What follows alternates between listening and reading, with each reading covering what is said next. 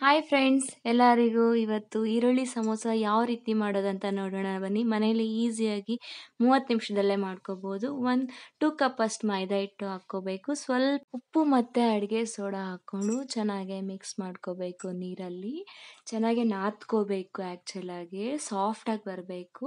ಸ್ವಲ್ಪನೇ ವಾಟರ್ ಹಾಕ್ಕೊಂಡು ಗಟ್ಟಿ ಇದಕ್ಕಿಂತ ಸಾಫ್ಟಾಗಿ ಚೆನ್ನಾಗಿ ಮಿದಿಬೇಕು.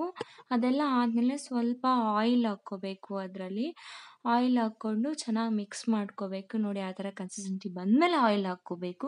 ಚೆನ್ನಾಗಿ ನೀಟಾಗಿ ಮಿಕ್ಸ್ ಮಾಡ್ಕೊಬಿಟ್ಟು ಅದನ್ನು ಒಂದು 10 to 20 ಮಿನಿಟ್ಸ್ ಪಕ್ಕಕ್ಕೆ ಎತ್ಕೋಬೇಕು. ಅದರಲ್ಲಿ ಈರುಳ್ಳಿ ಒಗ್ಗರಣೆ ಹಾಕ್ಕೊಳ್ಳೋಣ. ಕೊತ್ತಂಬರಿ ಸೊಪ್ಪು, ಈರುಳ್ಳಿ, ಮೆಣಸಿನ್ಕಾಯಿ ಅಷ್ಟೇ ಬೇಕಾಗಿರೋದು.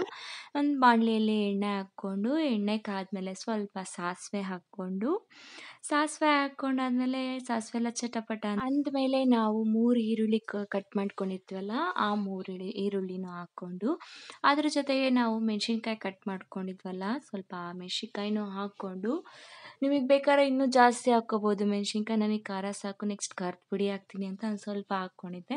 ಅದೆಲ್ಲ ಹಾಕ್ಕೊಬಿಟ್ಟು ಈರುಳ್ಳಿನ ಸ್ವಲ್ಪ ಹಂಗೆ ಫ್ರೈ ಮಾಡಿಬಿಟ್ಟು ಅದರಲ್ಲಿ ಸ್ವಲ್ಪ ಉಪ್ಪು, ರುಚಿಗೆ ತಕ್ಕನಷ್ಟು ಉಪ್ಪು ನಿಮ್ಗೆ ಎಷ್ಟು ಬೇಕೋ ಅಷ್ಟು ಹಾಕ್ಕೊಳ್ಳಿ. ಆಮೇಲೆ ಸ್ವಲ್ಪ 1 ಸ್ಪೂನಷ್ಟು ಅರಿಶಿನ ಹಾಕ್ಕೊಬಿಟ್ಟು ಚೆನ್ನಾಗಿ ಮಿಕ್ಸ್ ಮಾಡ್ಕೋಬೇಕು. ಅದು ಬ್ರೌನ್ ಕಲರ್ ಆಗಬೇಕು ನೋಡಿ.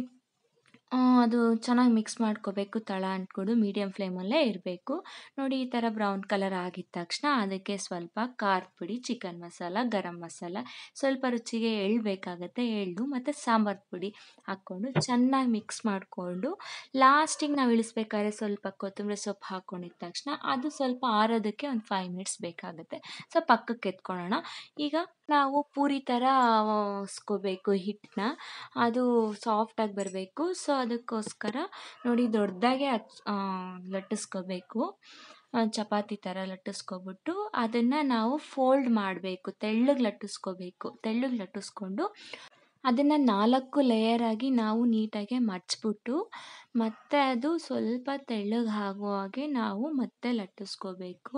ನಾನು 2 ಕಪ್ಸ್ ಮೈದಾ ತೊಗೊಂಡಿದ್ನಲ್ಲ, ಇದು ಏನಿಲ್ಲ ಅಂದರೂ ಒಂದು 8 ಇಂದ 9 ಪೀಸಸ್ ಸಮೋಸ ಆಗುತ್ತೆ. ಔಟ್ಸೈಡ್ ಮಾಡೋದ್ರಲ್ಲಿ ಯಾವ್ಯಾವ ಎಣ್ಣೆ ಹಾಕಿರ್ತಾರೆ ಅಂತ ಗೊತ್ತಿರಲ್ಲ. ಸೊ ಮನೆಯಲ್ಲೇ ಈಸಿಯಾಗಿ ಮಾಡ್ಕೋಬೋದು. ಮಕ್ಕಳಿಗೆ ಕೆಮ್ಮು ನೆಗಡಿ ಯಾವ ರೀತಿಯೂ ಆಗೋದಿಲ್ಲ. ಮನೆಯಲ್ಲಿ ಫ್ರೀಡಮ್ ಆಯಿಲ್ ಅಲ್ವಾ ಯೂಸ್ ಮಾಡೋದು. ನೆಕ್ಸ್ಟ್ ಅದನ್ನು 4 ಪೀಸಸ್ ಆಗಿ ಕಟ್ ಮಾಡ್ಕೋಬೇಕು. ಅದಕ್ಕೆ ಬಾರ್ಡ್ರಲ್ಲಿ ಹಚ್ಚೋದಕ್ಕೆ ನಾವು ಸ್ವಲ್ಪ ನೀರು, ಸ್ವಲ್ಪ ಮೈದಾ ಹಿಟ್ಟನ್ನ ಮಿಕ್ಸ್ ಮಾಡ್ಕೊತೀವಿ.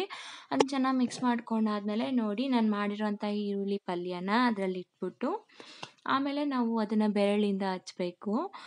ಅದೆಲ್ಲ ನನಗೆ ಮಡ್ಚೋದಕ್ಕೆ ಬರ್ತಿಲ್ಲ, ಸಾರಿ. ನಿಮ್ಗೆ ಯಾವ ರೀತಿಯಾಗಿ ಬರುತ್ತೋ ಆ ರೀತಿ ಮಡ್ಚ್ಕೊಳ್ಳಿ.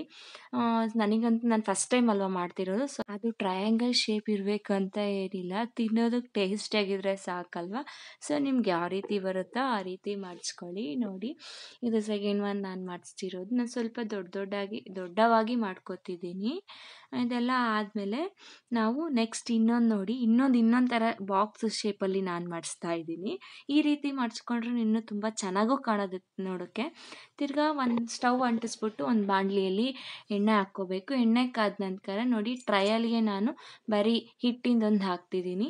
ಇದು ಹಾಕಿದ ತಕ್ಷಣ ಸಮೋಸನ ಅದರಲ್ಲಿ ಹಾಕಬೇಕು. ಏನಿಲ್ಲ ಅಂದ್ರೂ 2-3 ಮಿನಿಟ್ಸ್ ಬಿಡಬೇಕು ಅದನ್ನು ಒಂದು ಸೈಡ್ಗೋಸ್ಕರ. ಮೀಡಿಯಮ್ ಫ್ಲೇಮಲ್ಲೇ ಇದು ಮಾಡಬೇಕು. ಒಳಗಡೆ ಇರೋದು ಇಲ್ಲಾಂದರೆ ಬೇಯೋದಕ್ಕಾಗಲ್ಲ. ಸೊ ನೋಡಿ, ಅದು ಫಸ್ಟ್ನೇದನ್ನು ತೆಗಿತೀನಿ. ಅದೇ ರೀತಿ ನಾನು ಮಾಡ್ಕೊಂಡಿರೋಂಥ ಮಿಕ್ಕಿದ ಸಮೋಸನೂ ಅದರಲ್ಲಿ ಹಾಕಿ ಆಯಿಲ್ ಫ್ರೈ ಮಾಡ್ಕೊತಾ ಇದ್ದೀನಿ. ಒಂದೊಂದು ಶೇಪ್ ಆಗಿದ್ದಾವೆ, ಸಾರಿ ಏನು ಅಂದ್ಕೋಬೇಡಿ. ನನಗೆ ಬಂದಂಗೆ ನಾನು ಮಾಡಿದ್ದೀನಿ. ಫಸ್ಟ್ ಟೈಮ್ ನಾನು ಟ್ರೈ ಮಾಡ್ತಾ ಇರೋದು. ಟೇಸ್ಟ್ ನೋಡೋಣ ಬನ್ನಿ. ಇದೆಲ್ಲ ಆಯಿತು ನೋಡಿ, ಟೇಸ್ಟು ಹೇಗಿದೆ. ಬಿಸಿ ಬಿಸಿ ಸಮೋಸ ಬಾಯಲ್ಲಿಡೋದಕ್ಕೂ ಆಗ್ತಿಲ್ಲ, ಅಷ್ಟು ಇದಾಗಿದೆ, ಸುಡ್ತಾ ಇದೆ. ಬಟ್ ಟೇಸ್ಟ್ ಮಾತ್ರ ಸಖತ್ತಾಗಿದೆ. ಒಳಗಡೆ ನೋಡಿ ಈರುಳ್ಳಿದು ಒಳಗಡೆನೂ ಚೆನ್ನಾಗಿ ಬೆಂದಿದೆ ಹಿಟ್ಟು. ಯಾರೆಲ್ಲ ಈ ವಿಡಿಯೋ ನೋಡ್ತೀರಾ ಲೈಕ್ ಮಾಡಿ, ಶೇರ್ ಮಾಡಿ, ಇನ್ಸ್ಟಾಗ್ರಾಮಲ್ಲಿ ಫಾಲೋ ಮಾಡಿ, ಸಬ್ಸ್ಕ್ರೈಬ್ ಮಾಡಿ, ಪ್ಲೀಸ್ ಮರಿಬೇಡಿ.